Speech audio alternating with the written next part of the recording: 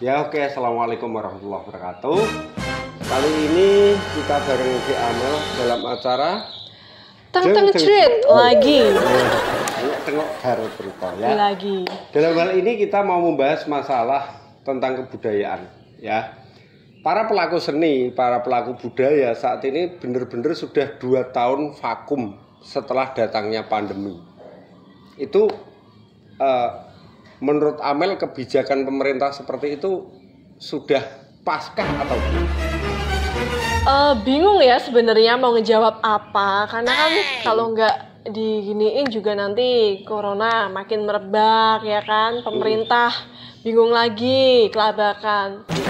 Tapi kan ya masih bisa virtual kan ya ditahan-tahan dulu lah ya. Kayaknya ini corona udah mau selesai deh, soalnya ini udah menyebar semua. Anggarannya santai. Iya, santai guys, semua bakal kebagian kok. Jadi habis ini kita bakal bisa happy. Iya. Bisa berkesenian lagi ya kan. Iya.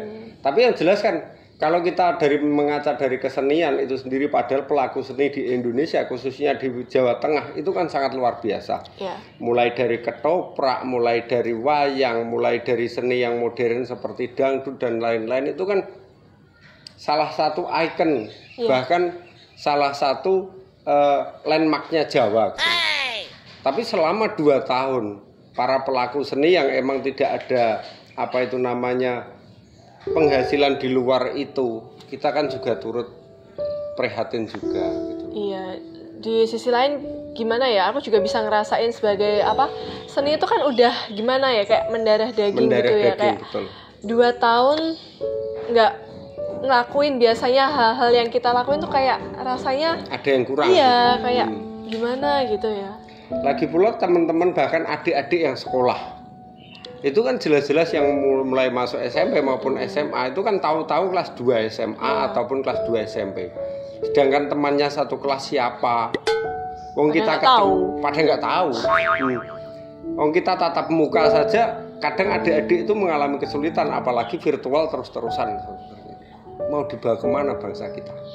Ya tapi kalau aku kemarin dengar Bapak Menteri bilang kalau corona mau merebak mau enggak tetap masuk di ya. Bulan. Nah itu aku setuju banget sih. Soalnya apa? Kebanyakan nih ya orang-orang yang pada kena corona dan yang died itu orang-orang yang udah ya, mohon maaf, yang udah lansia. Tapi ada varian baru ini katanya mengenai anak-anak kecil juga ada. Kemarin di pemberitaan itu seperti itu. Tapi adikku juga kena ya nggak gimana-gimana, malah yang tua-tua ya yang agak ini. Yang agak parno gitu loh ya. Malah yang lebih kasihan aku kalau mentalnya anak-anak tuh gimana ya, kayak nggak terdidik gitu loh, karena kan mereka main kayak ditinggal orang tuanya kerja, kayak main awur-awuran kayak gitu, sedangkan orang tuanya di masa pandemi juga masih banyak yang pada kerja kan. Jadi kayak kasihan, selain mental juga masalah pendidikan juga ya. Dan dari apa yang disampaikan Mas Nadiem Makarim sebagai menteri itu kan katanya bulan Juli atau Juni ya? Juli itu kan dimasukkan. Tetapi kemarin itu membuka statement juga di salah satu media sosial bahwasanya ternyata masuk di situ maksimal 30% dan maksimal dalam 1 minggu cuma 1 kali. Itu kan sama saja gitu loh. Iya. Sama saja adik-adik ini nanti gak gimana ke depannya ya? Tetap kurang maksimal kan? Kalau ada win-win solution dari Amel seperti apa? Kalau aku sih lebih baik masuk ya, karena ya itu tadi kayak kasusnya anak kecil jarang sih yang setauku ya. Dan kayak aku takut sih kalau kita aja yang kayak sekolah seperti biasa sebelum pandemi ya, itu aja masih banyak yang bodoh loh. Bodohnya minta ampun. Contoh? Iya. Alhamdulillah tidak saya gitu ya. Kayak, apalagi kayak gini. Kayak gimana ya? Gak bisa berkata-kata aku. Lagi pula itu yang teman-teman seniman kemarin saya ketemu salah satu beberapa seniman yang ada di Pati. Itu yang sudah mempunyai nama-nama besar, itu emang bener-bener merasa aku yang mah diuripke apa enggak kan gitu. Contoh seperti ketoprak yang gede itu dari Pak Dimogol itu yang punya ketoprak, rombongan ketoprak itu kan kemarin sempat ketemuan sama saya. Itu beliaunya menyampaikan seperti itu. Terus piye ngene iki piye, Mas? Barang-barang ku tak dol tak gue balik ke panzer dan lain-lain. Bahkan beberapa yang namanya di dalam komunitas ataupun di sebuah sanggar seni seperti itu kan tetap ada anak buah yang banyak, ibaratnya teman-teman yang lain yang banyak yang butuh hidup juga seperti itu. Demikian juga Pak Demogel menyampaikan seperti ini. Beliaunya kalau saya pribadi yang nggak makan nggak apa-apa, yang penting teman-teman saya masih bisa makan, itu kan luar biasa. Sedangkan untuk virtual sendiri kan bagaimana virtual mendapatkan penghasilan? Oh iya, sebenarnya masih bisa sih kalau pakai masker, pakai face shield, ya nggak sih? Kan ada prokes juga kan, yang penting kayak. Iya. Karena kita juga kasihan sama seniman-seniman. Maksudnya kalau emang seniman sama guru atau seniman yang apa, it's okay lah ya. Tapi kalau cuma seniman, itu kayak penghasilannya dari mana gitu? Nah iya, makanya kan kita perlu turut prihatin juga, dan semoga pemerintah tetap segera memberikan solusi, win-win solution yang terbaik lah untuk para seniman, untuk para siswa, bahkan orang awam pun secara finansial itu emang turun drastis pendapatan seperti itu. Begitu juga seperti kita pun lah yang sering main seperti ini. Kalau saya mengartikan hal itu karena produknya emang diiklankan banyak tapi tidak ada pembeli, makanya dari iklan itu sendiri akhirnya ditarik. Yang berbondong-bondong sekarang iklan-iklan kecil kan seperti itu.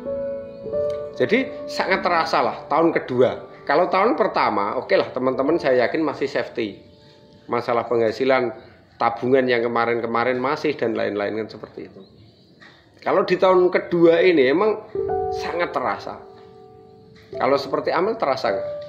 Tahu-tahu meh wisuda gitu. Iya, kayak kurang greget sih menurutku. Semuanya kalau nggak face to face tuh kurang greget ya. Soalnya kayak online tuh nggak maksimal, kayak kadang tuh ada miskomunikasi. Iya. Kayak nggak paham kita itu. Apalagi yang masih bocil-bocil, anak-anak kecil kayak gitu. Kasian juga kan. Itu yang jadi rame di daerah saya dan di sekitar saya itu setiap tes ataupun semesteran seperti itu, yang anak-anaknya nggak tidur, ibunya tidur sore untuk persiapan besok untuk ngajari anak-anaknya. Berarti kan intinya ini malah yang sekolah justru malah ibu-ibu muda itu. Iya, adikku juga yang ngerjain aku. Waduh, ini juga mantap. Dan ini rahasia umum kan seperti itu. Berarti semoga sajalah adik-adik yang terkena pandemi seperti ini kedepannya tetap diberikan kelebihan dalam hard ataupun soft skillnya, setidaknya seperti itu. Saya yakin Tuhan tetap memberikan yang terbaik untuk hambanya. Mungkin ada pesan-pesan apa untuk para seniman, bahkan adik-adik yang sekolah men? Untuk semuanya aja sih ya, terutama buat adik-adik. Ayo kita taati apa kata pemerintah. Kalau suruh vaksin, pakai masker. Kalau emang pandemi belum selesai, ya yang salah siapa nih? Ya kan? Yang penting kita taati aja apa kata pemerintah, ya kan? Biar cepat selesai, adik-adik juga biar cepat sekolah. Aku kasihan banget, buat seniman tetap semangat. Ya. Kalau saya pribadi ya semoga tetap corona tetap cepat minggat dari Indonesia, saka Jawa, saka donya, biar teman-teman ekonominya tetap pulih, banyak ikhtiar, banyak berdoa pada Tuhan, semoga kita semuanya selamat dan kita semuanya ke depan menjadi orang-orang yang hebat. Mantap. Amin. Ya. Oke, terima kasih matur suwun. Apabila ada sedikit ataupun banyak salah kata silahkan ditulis di kolom komentar, dan juga misalkan ada artikel untuk mendukung apa yang kita bahas tadi. Betul. Apabila ada salah kata, emang kami secara pribadi tempatnya salah, dan apabila itu benar semuanya dari Allah Subhanahu wa taala. Weh, etok-etok dadi wong apik. Ya, terima kasih. Jangan matikan kreativitas Anda atau kreativitas mematikan Anda. Tengok-tengok karo cerita. Terima kasih. Assalamualaikum. Bulan besar sing wis mapan nyatane kalahkan